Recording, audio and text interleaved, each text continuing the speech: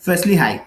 I'm Vashwar, and I'm a sports enthusiast, and I've been doing football commentary in the I League for the last 3 years, and the Touran Cup and Super Cup, and now the Indian Super League. But this isn't about me. This is about Indian football, and just like you all, how I am disappointed as well. In fact, very disappointed.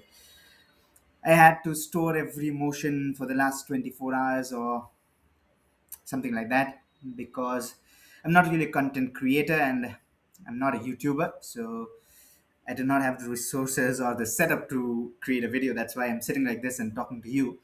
But I'll bring you the breakdown for this game and I'll put those pictures and videos as much as possible. But this video is not to troll or hate anyone, but just to give you a brief breakdown of what we did on the pitch against Jamaica, what went wrong, what we could have done better, and my thoughts about the game.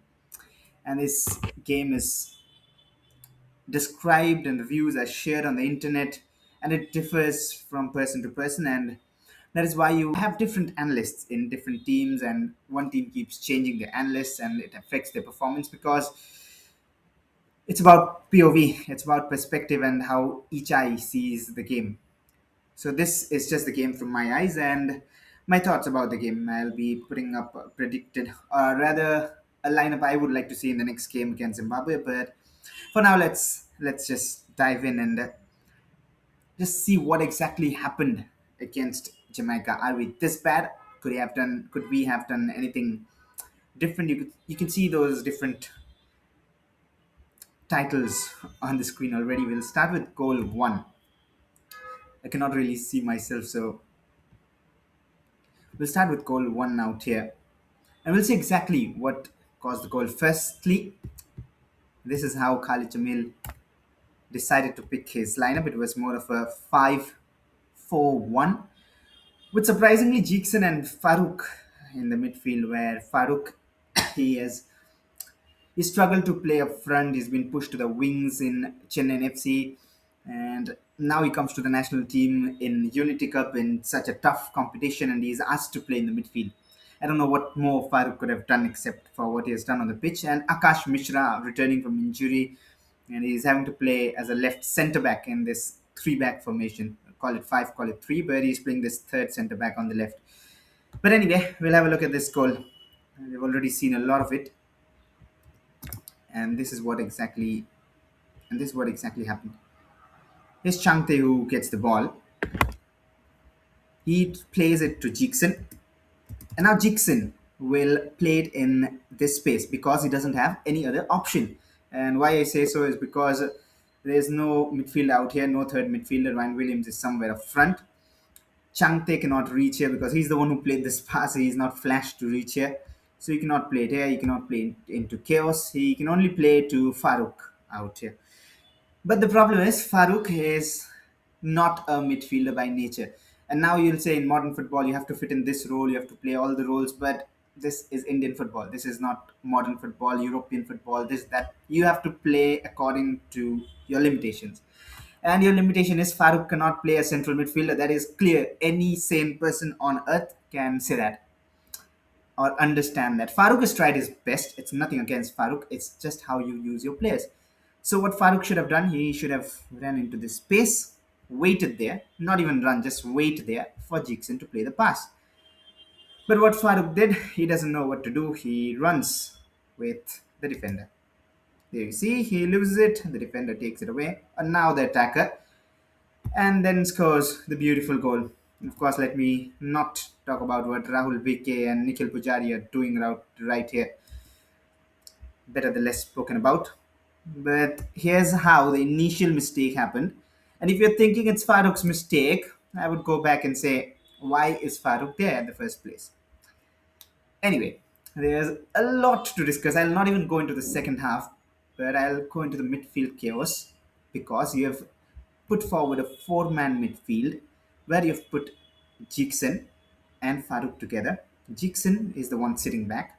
Farouk doesn't know what to do. By habit, he's moving forward. And your wide players, Edmund and Changte, who are excellent on the ball, are just having to run this way to press and come back. press and come back. I'll show that to you in a while. But Changte and Edmund totally out of the equation. Jigson trying to just cover this entire space, and Farouk has no clue. It's not his fault again. But here's the midfield chaos. Even Jigson at times, I don't know what he was doing. He's played an entire season at centre back for East Bengal and he has done very well. But here you see, this was the 8th minute. Roshan has the ball. Jigson should be somewhere here in between these three defenders. That's the work of a midfielder. Get into space, get the ball, scan and pass. You have this, you have this, you have there. You can do anything you want. You just move here. I'm not sure why Jigson went here. Farouk, he was by chance in the right position, but you all know what happened next. And then this is another scenario. This is the 12th minute. I just play the video for you, and I do not have those markers and all those stuff to point it out to you. I just have this cursor.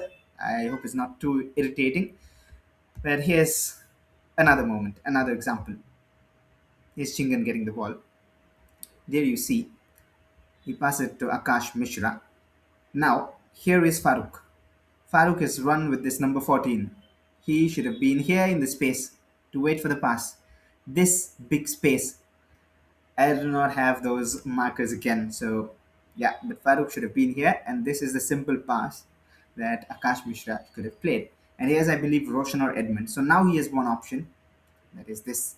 But I don't know why he tries to play Farooq here and just gives it away. Just look at this. Absolutely makes no sense. This is basics, and have a look again. Farouk should have just dropped in instead of moving forward. And I won't blame Farouk again because that is not his work. That is not where he should be. It's not a Farouk bashing video. He has tried his best. There are moments where he is, with individual brilliance, turned a man around in the first minute, tried to hold the ball and play it back. There have been moments he has done to the best of his capabilities, but that's not his role. And if you're wondering, we could have done better. What could have Ricky Shabong done? Ricky Shabong would have done what is missing. And you're asking me if we could beat Jamaica, we could do this. This is our level. This is that. This is that is not the point. The point is you do the right thing, and then if you do not get results, we understand and find deeper problems. But now it is surface level. No rocket science needed. It is just that you have not put the right players at the right place and you have not got the tactics right, which is simple enough, and there's no shame in saying it. And someone has to say it. And if you want improvement, you take in criticism and you work on it. If you do not want to improve, you consider it as hate or troll or move on. So it's on you how you take it. And this is just two in the first 12. There's a lot, and here's another one in the first half itself. I'll show it to you again. Shante just playing it back to Rahul Bike. Very strange. That is Nikhil Pujari rather playing it back to Rahul Bike. Very strange that Cheekson is dropped in this back five, which is now a back six because he has Nikhil Pujari. And Changte is the one who's playing a midfielder, which is all right. You sometimes move around with your formation, sometimes it gets fluid. Rahul BK has to play someone. It's not Changte, he's between two defenders, and that has to be Farouk out here, right? Because Jackson is not available, so there's only one. He doesn't have any option in this entire midfield. Edmund is wide, Changte is here, Ryan Williams is forward. Who does he play to? There's only one option, that is Farouk. And Farouk gradually comes his way. He didn't know exactly what he had to do, so he had to figure out that split second of thought. By then, the defenders had it covered. And now, when you play it back, the chance is gone. Changte is gone. Jigson is here. You do not have options. Then you move to the left. Farouk is trying to run to space, but you do not have options. Where do you go? You play from left to right and right to left of this back five. And there's again Jigson waiting and pointing. And then you come back to the right. Where do you go? There is no way to go. You have, and Jamaica have done nothing. They've just done the basics. You have trapped yourself. You have trapped yourself using some strange supernatural formula, which I failed to figure out. Anyway, so getting back to, I can really make a 1 hour video on what happened in this game and midfield chaos, but here's a bit of that. But what were our white players doing? Many people were questioning where was Changte. He was invisible. Edmund didn't do well. Here's a clip of what the white players were doing. Here's Edmund. making the press and going back. He has to maintain shape because there's four in the middle who are spread wide, only two in the midfield. Here's Edmund again trying to just cover the space so Jamaica can play forward. And here's Changte doing the same, making sure they don't pass it this way. And finally, when they do, in a moment, wait for it, Changte will be the one who will be pressing this white player.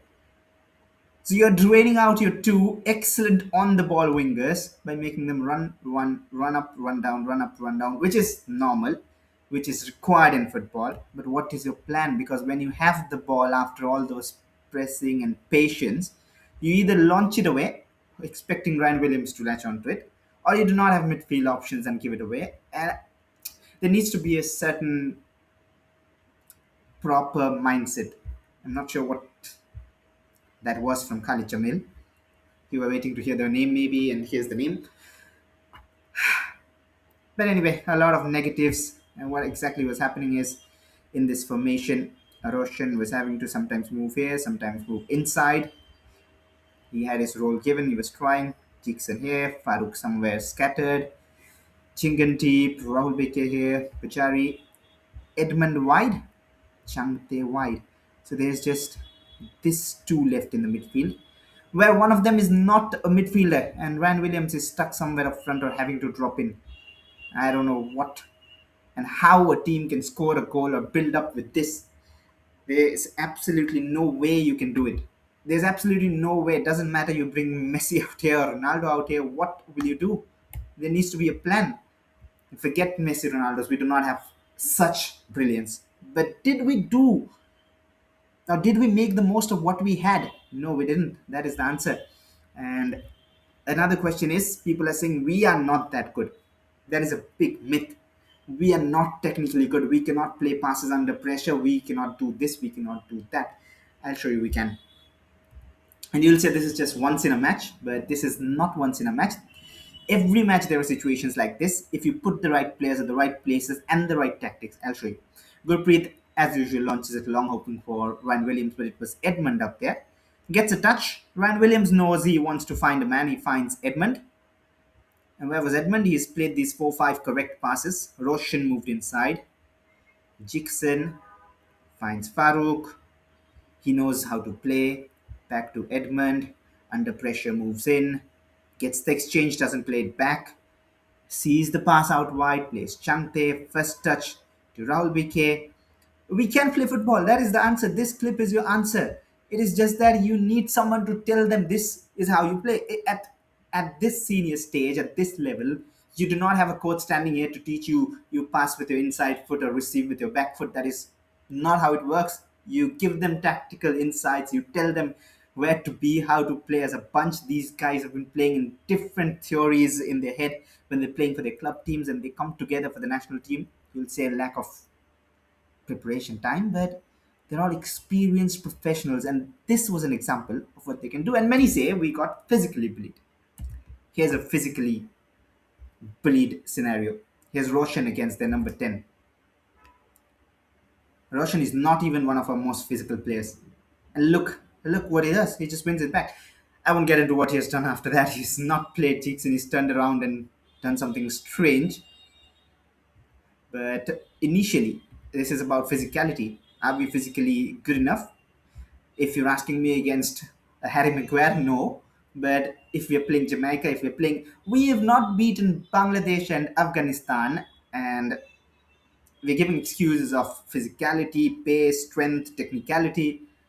I showed you an example of we can pass. Here's an example of we can physically hold on against a Jamaican player, and it's not even one of our most physical players. That is Roshan, and Chingan is there, Big is there. Many people didn't like that selection. But anyway, there are options. Roy Mali can hold on. He is again not one of my favorite choices, but from the options you have in this squad for Unity Cup, that's what I'm speaking about.